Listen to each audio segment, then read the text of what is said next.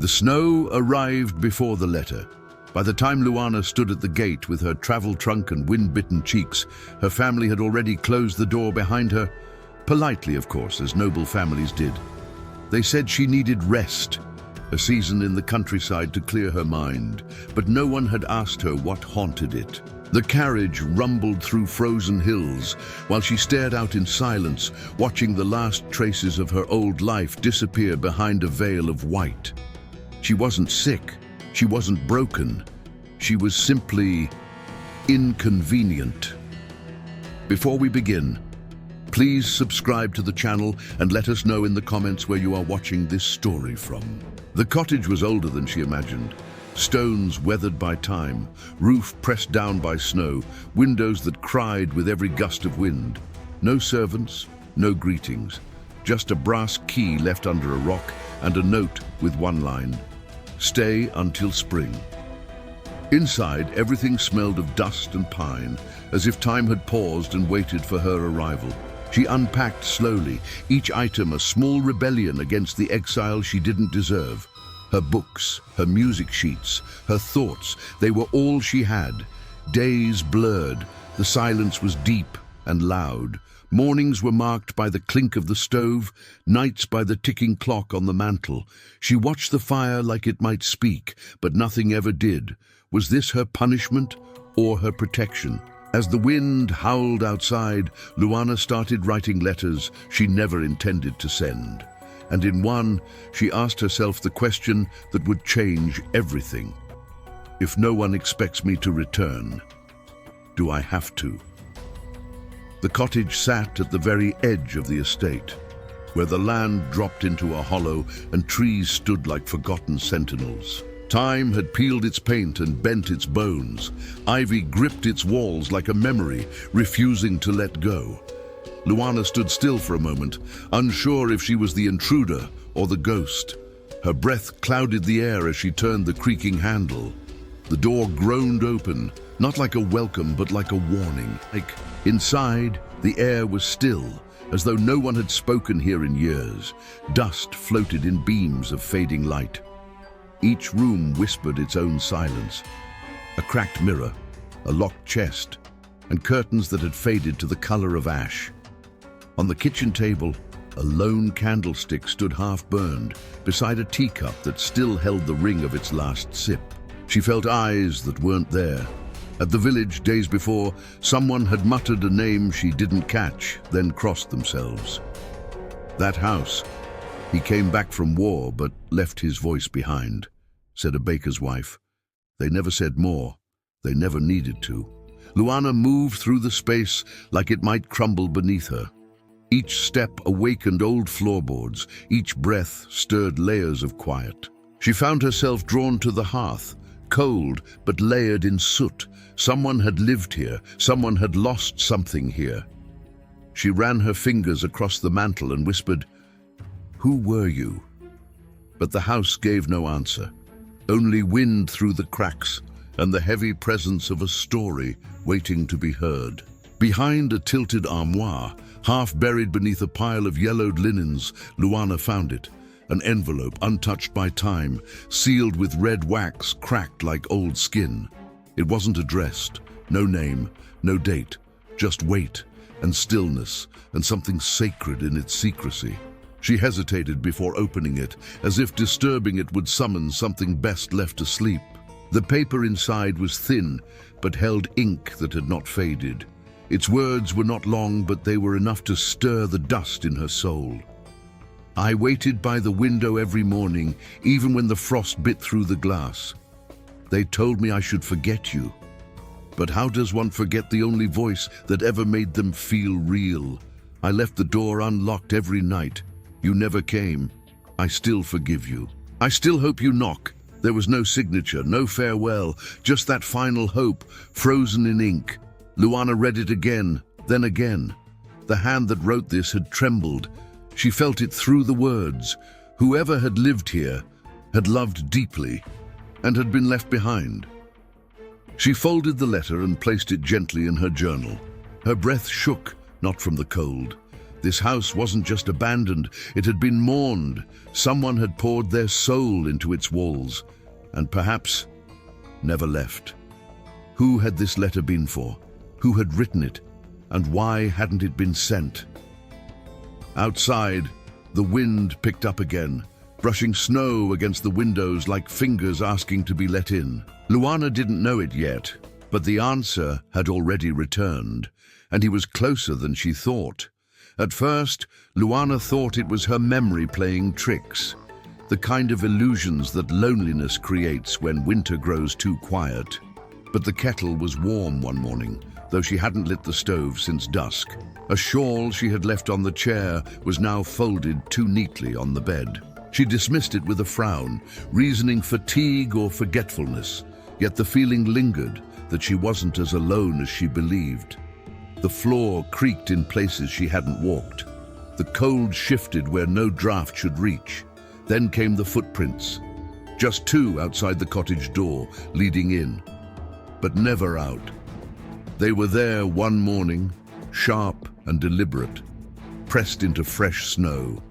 Luana stared at them long, heart pacing, logic unraveling. No knock, no voice, no presence, only evidence. She left the door ajar that night, a flicker of firelight visible through the front window, as if to say, "I know you're there. I'm not afraid." But fear and curiosity are often mistaken for each other, and that night they blurred in her chest. In the silence that followed, the house felt heavier. The air held something unspoken. A coat she didn't own now hung by the entrance. A book was turned to a page she never reached. Someone was there, yes, but not like a ghost, not like a thief. It was careful, familiar, as if the house was breathing again, not haunted, but inhabited. Luana whispered to herself, "If you're trying not to be seen, why are you leaving signs for me to find?" The wind had fallen asleep that night, and so had the house. Luana lay under thick blankets, listening to the soft hiss of the dying fire when the silence broke. A click, the unmistakable turn of the cottage door handle. She sat upright, heart racing, but made no sound. Footsteps entered, slow and deliberate, not sneaky but familiar, as if this house still belonged to someone else. She held her breath, eyes wide in the dark. The floor creaked once, then again. Then stillness. She didn't rise, didn't call out. Something deeper than fear rooted her to the bed, a knowing, a recognition. In the morning, she found the door slightly ajar. Snow had crept in, melted into the wood. On the coat rack beside hers hung a long overcoat dusted with frost, a military patch stitched to the shoulder. But there was no one there, no sound of departure, no trail in the snow this time, as if the house had swallowed him whole. Her hand brushed the wool. It was still warm. Luana didn't report it. To whom? The villagers feared the cottage. Her family had erased her. And yet, her fear was shrinking. What replaced it wasn't trust, not yet, but something gentler, curiosity. Who was he? What had silenced him? And why did he come without knocking, only to vanish like mist before dawn? That evening, she left bread on the table. The next morning, it was gone. She whispered to the empty air, "If you return again, I won't pretend I didn't see you." He came again on the fourth night, and then again and again. No voice, no sound, only the soundless rituals of someone reclaiming a space he never truly left. Luana would wake, not from dreams but from a shift in the air. She wouldn't move, but she would listen. Sometimes she caught the soft scrape of a chair or the faint whistle of wind pulled in as the door opened just enough to let a memory slip through. His presence was quiet but undeniable, like grief that never asked permission. In the flicker of firelight one evening, she saw him, just briefly, standing near the hearth, coat still damp from snow. His face was shadowed, but his eyes caught the flame. And in them she saw things she couldn't name: loss, retreat, battles that hadn't ended even after the cannons fell silent. She said nothing, Neither did he. But after he left, she found her scarf folded by the fire. It smelled of wood smoke, and something unnamed, like time itself. The cottage no longer felt cold. Luana began to leave things out. Soup for two, a second chair pulled from the attic, ink beside her pen. She started writing letters, not to her family, but to him, unsigned, unsent. Questions he never answered. "Who are you mourning?" she wrote. "Why are you still here? And finally, why haven't you spoken to me?" She never expected answers. Yet when she woke one morning to find a single wooden carving on her windowsill, a bird, wings wide, she realized he had been answering all along. The storm arrived without warning, swallowing the cottage in a curtain of white. Snow piled high against the door, windows blurred into milky shadows. The wind screamed like it had something to say. By morning, Luana realized they were cut off. No road, no messenger, no escape. But for the first time, she wasn't alone when isolation came. He was there, inside, silent as always, but present, no longer a visitor in passing. He removed his coat, sat across from her and nodded once. The gesture felt like a beginning. They didn't speak. Words might have shattered what they'd built. Instead, they shared heat, a single fire, a loaf of bread broken in halves, her tea kettle, his scarf placed beside hers. Luana watched the way he moved, carefully, respectfully. A man who had once lived with noise, perhaps even violence, now made room with silence. They took turns tending the fire, passing each other with soft glances. One night, she caught him staring not at the flames, but at her hands as she wrote. He didn't look away. By the third night, the storm raged louder. But inside, the quiet grew warmer. She stopped fearing it. When their fingers brushed near the kettle, neither pulled back. When the candlelight flickered, they didn't rush to relight it. And when she whispered "good night," she swore she saw the corner of his mouth rise. Just barely. Snow may have locked them in, but something else had opened, a space between them, fragile, unnamed, sacred. She found it by accident, or so she told herself. While reaching for firewood beneath the loose floorboard, her fingers brushed against leather instead of bark. It was a journal, bound in cracked navy blue, the edges stiff with time and dust. Her heart fluttered as she turned the first page. The handwriting was his, sharp, angled, restrained. The date was years ago. The voice was younger, filled with restless hope. But with every entry, something inside him faded. The words darkened. The pauses between them grew longer.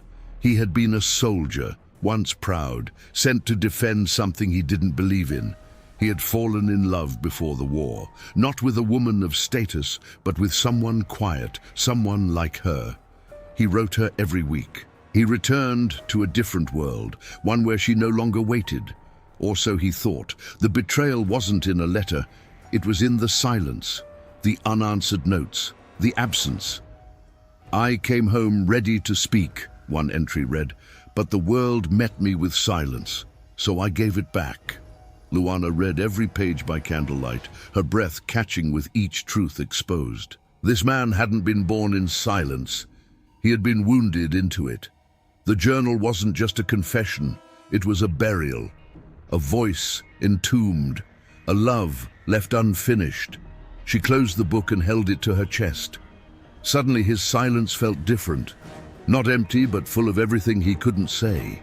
And for the first time, Luana didn't want to ask questions. She only wanted to be someone who stayed. It began with a window. The one in the kitchen, long cracked and covered with cloth, had been replaced. Not by glass, but by careful wooden panes carved to fit, sealed to keep the cold out. She hadn't asked. She only noticed when the wind stopped reaching her fingers as she stirred the kettle. A small change, but it held meaning. Then came the bread, not hers, but left warm and wrapped, placed quietly on her side of the table. It tasted of cinnamon and quiet care. One morning, a carved bird appeared on the windowsill. Its wings were open mid-flight. She touched it and smiled. Days passed and the rhythm of silence became comfort. But something new slipped in. A sound. He began to hum, one low note, then another, not loud enough to be called a tune, but real enough to break the stillness. She didn't speak, she listened, and then one night as they sat by the fire, and her sleeve caught on a nail, tearing with a hiss, she let out a laugh, brief, startled, unguarded. He looked at her then, fully, the kind of gaze that doesn't ask questions, but answers them. His expression didn't change, but something in his chest rose, like thawing earth beneath snow.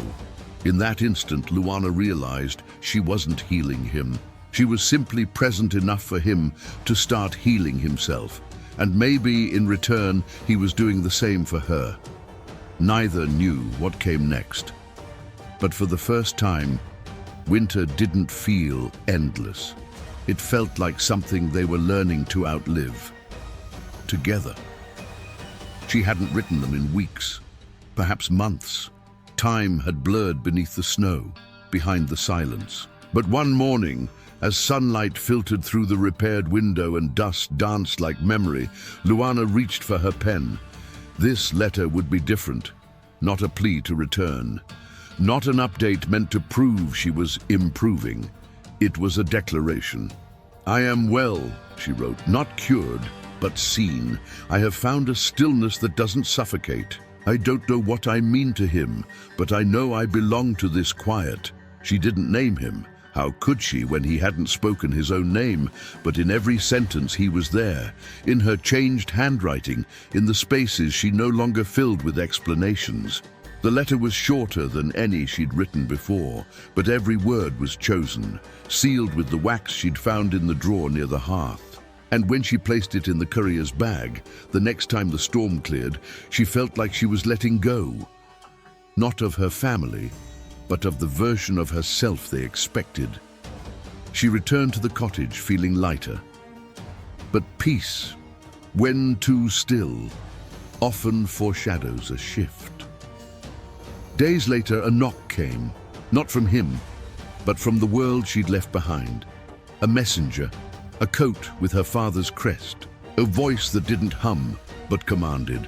"Your presence is required. There are matters of marriage and honor to discuss." Luana's hands went cold. Her letter had been a truth.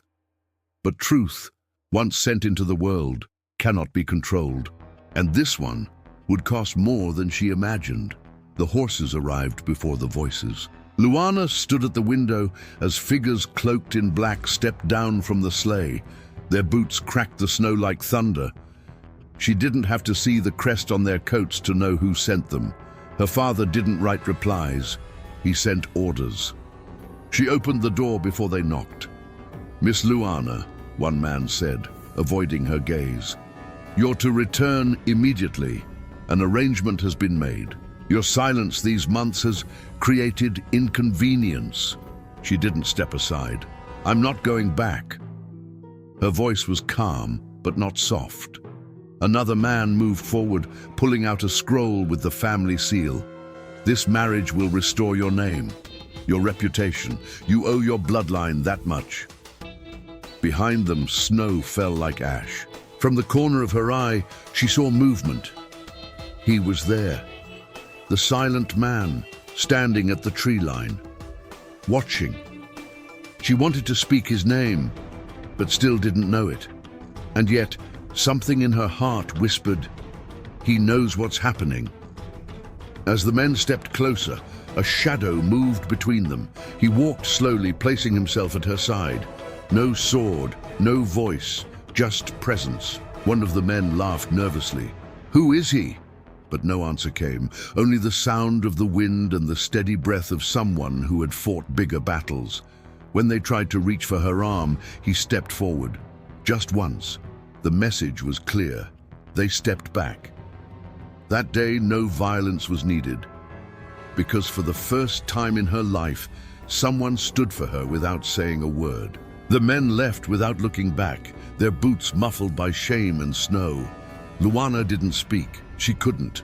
The air between her and the silent man was thick with everything unsaid and everything now understood. He stood still for a long time, his coat gently moving with the wind, his gaze lowered. She wanted to thank him, but her voice felt too small for what he'd done. Instead, she stepped toward him, slow and reverent, as if approaching a memory that had taken form.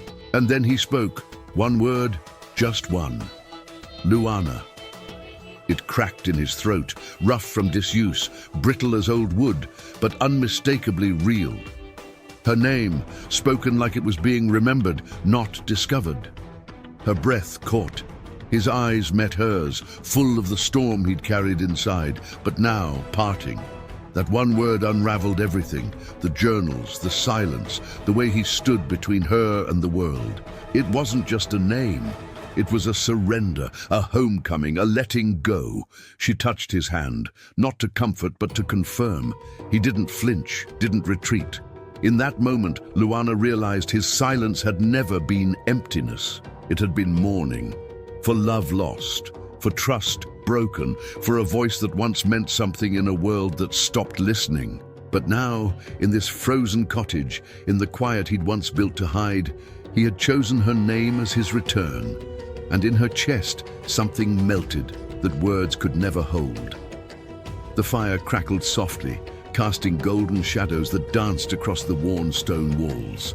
Luana sat close, knees drawn to her chest, watching the flicker reflect in his eyes. He sat beside her, not too near, not too far, just close enough for warmth to pass between them without touch. For a long time, neither spoke. And then, as the wind calmed outside, he began. His voice was rough, not from age, but from disuse, like an old violin string tuned again for the first time. Her name was Elira, he said. He told her of the letters, the war, the return.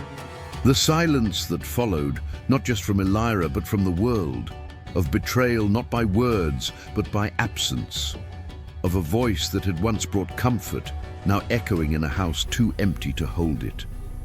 Luana listened, not to fix, not to save, but to witness. And he noticed. Her stillness was not cold, it was sanctuary. When he paused, she offered no interruption, no pity, just presence. His words flowed easier then, like snow thawing under morning sun. At some point, he stopped speaking. They didn't need to fill the silence again. It was no longer a wound. It was a space they both understood. As the fire dimmed to embers, their hands met, without ceremony, without hesitation. His thumb brushed hers, slow and steady. No kiss came, but it was there, in the air, in the breath they now shared. Not spectacle, not performance, just a promise that neither of them would have to face winter alone again. The snow melted slowly, like a secret being forgiven. Icicles loosened their grip on the eaves, and patches of earth peeked through the white like old memories returning. Luana opened the windows for the first time in months. The forest answered. Birds sang hesitant songs, as if testing the world again. Light poured in differently now, not sharp and cold, but warm, dusted with gold. The air smelled of pine, thawed moss, and the promise of something lasting. Spring had not only come, it had arrived inside her too. They rebuilt together, not in haste, not for perfection, but in rhythm. She stitched curtains from worn linens. He carved new beams for the roof. The hearth was cleaned, the garden cleared, and the cracks in the walls filled with laughter that neither tried to hide anymore. He spoke little still, but no longer from fear. His silences were chosen, not trapped. When he walked through the door now, it did not creak in surprise. It welcomed him.